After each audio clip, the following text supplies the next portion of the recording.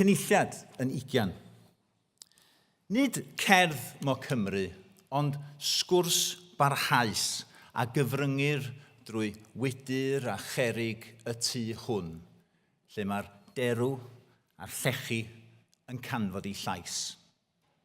Nid bwydlen mo Cymru bellach, ond cegin hyd lle cawn gnoi ar gyfreithiau ffres, yfad ein cyfarwyddiadau ein hunain a phobi gobeithion at ddant y to nesa. 20 yn ôl, deithim yma yn dad ifanc i gannu'r lle i fodolaeth, i ddathlu dechrau'r sgwrs. A gwelais wedyn fy mhlant ar ei prifiant, cenhedlaeth gyntaf ein cenedl drwsus hir. Ac felly dygwyd ein gwlad o oes solffa i oes y selfie.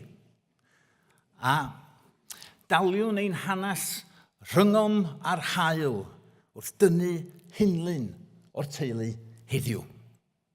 Ond rhaid rhannu'r delweddau yn well. Mae rhythm y sgwrs yn newid, ac nid digon deisyfu bod megis cynt cawn flas ar y gwneud yn ogystal.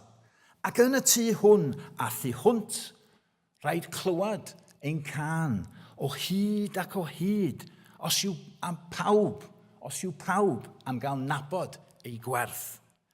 Nerth gwlad yw ei phobl, ond yn ein hyder y mae ein nerth.